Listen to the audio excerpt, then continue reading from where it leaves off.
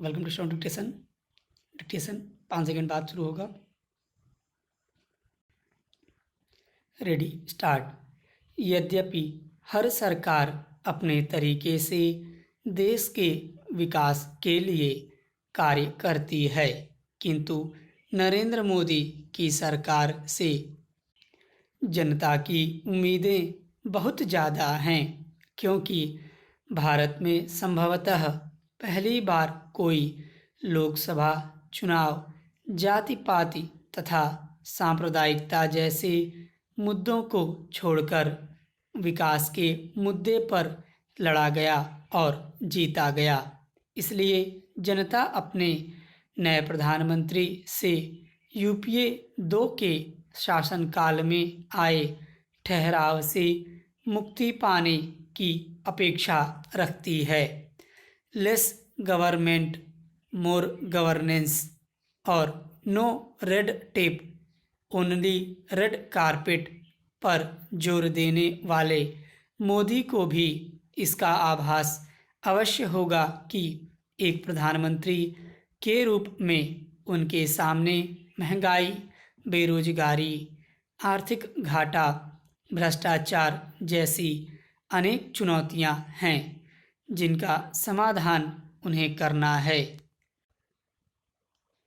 उनकी सरकार को तरक्की और खुशहाली के वादों पर खरा उतरना होगा। हालांकि अपने शपथ ग्रहण समारोह में सार्क देशों के प्रधानमंत्रियों को आमंत्रित कर मंत्रिमंडल का आकार छोटा रखकर नौकरशाही व्यवस्था में परिवर्तन की शुरुआत कर मंत्रियों को 100 दिवसीय योजना बनाकर उस पर अमल करने एवं भाई भतीजावाद से दूर रहने का निर्देश देकर सरकारी अधिकारियों को कार्यशैली सुधारने हेतु सुझाव देकर तथा स्वतंत्रता दिवस पर लाल किले के प्राचीर पर दिए गए भाषण से उन्होंने यह संकेत दिया है कि जिन अच्छे दिनों का वादा उन्होंने जनता से किया था, उन्हें लाने के लिए वे पूरी तरह से हर संभव प्रयास करेंगे। नरेंद्र मोदी ने लंबे समय तक गुजरात के मुख्यमंत्री का पद संभाला है, जिसमें उन्हें सफलता भी मिली है।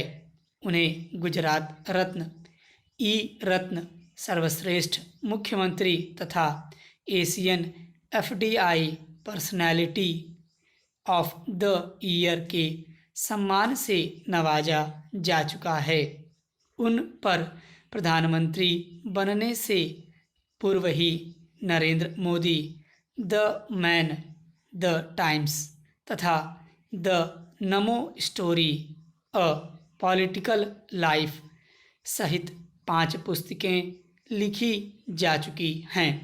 भारतीय जनता उनसे प्रधानमंत्री के रूप में बदलाव और बेहतरी की आशा रखती है। हालांकि इस दिशा में इन्होंने कई छोटे बड़े कदम भी उठाए हैं। इन्होंने सितंबर 2014 में स्वच्छ भारत मिशन की शुरुआत की घोषणा की। मोदी के अनुसार सफाई से संबंधित गतिविधियां देश भर में प्रत्येक गांव में होनी चाहिए।